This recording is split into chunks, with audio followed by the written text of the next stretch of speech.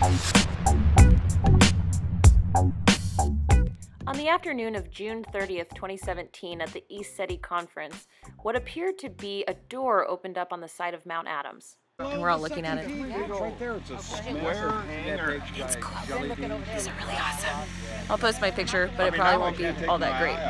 It's just an iPhone, but still really cool. We are at ECETI. It's pretty exciting, folks. It's big. Okay. Look, see the brown spots, the second peak? Look at the square door. It's open right now. Look. Binoculars. Yeah. Oh my God, there's a shadow. Yeah.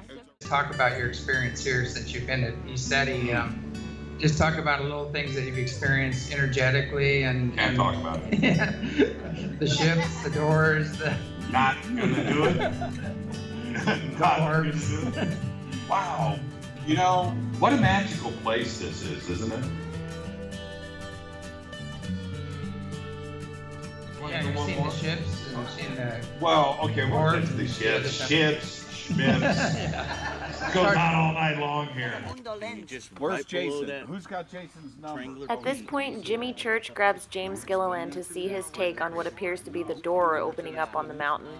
And James and others had seen many doors open up on the mountain and ships fly out, but never seen a door open in this particular location.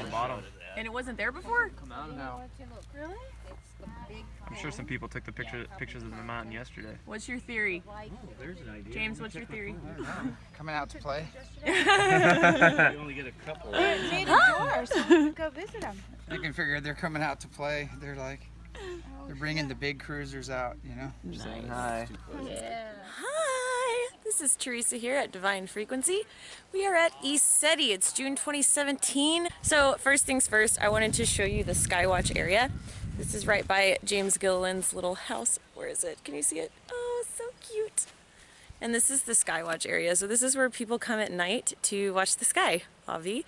And there have been some really interesting things that have happened so far. I'm gonna come sit down here, tell you guys a little bit about it. So we got in Thursday night, and Thursday night was really cool because up until that point I had never seen a UFO. And there were two flying through the sky right next to each other, and they just looked like satellites.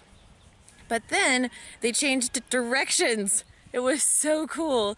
And I don't know, everybody saw it and it was a good time. And there were some orbs too that you could see. That was also pretty sweet, and it was a cool group, cool experience.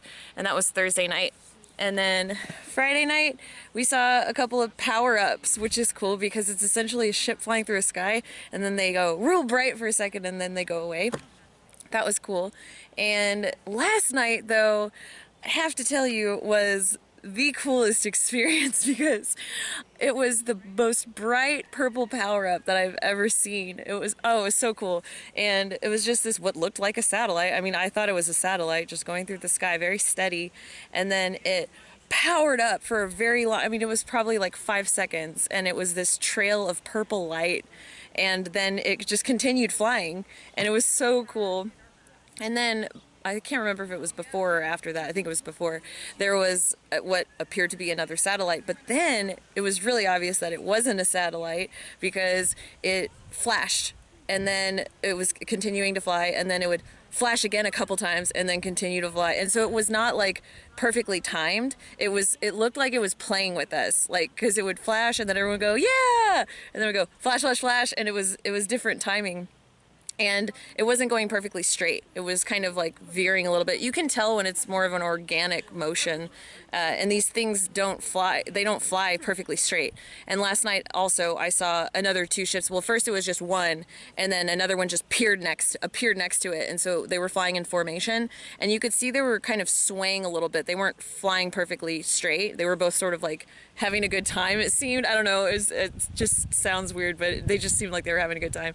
And then they also changed directions, and you could watch that. So I don't know. It's a really fascinating experience. I've never been a part of a group of people that have watched the sky at night.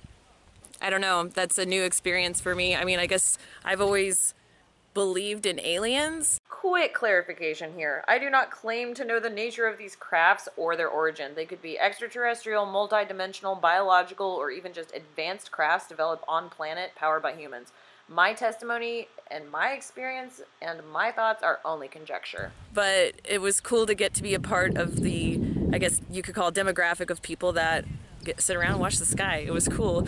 And to actually see things in the sky that are unexplained, I don't know, I think it's a good exercise for people that want to know more. I didn't realize that there were so many people that have been watching the sky and seeing these things their whole lives. I guess I've always watched the sky, but never with the intent of like really seeing a UFO. There are many doors that have opened and closed on Mount Adams, according to James and other people who have witnessed the phenomena. Could there really be an interdimensional door to the inner Earth on Mount Adams, as James suggests? James has a plethora of videos and photos that show ships flying around this area, and some people, including James, have even seen ships fly in and out of doorways on the mountain.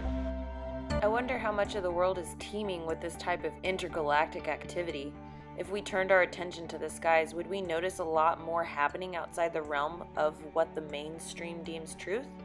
Who pilots these ships? Or are they biological beings?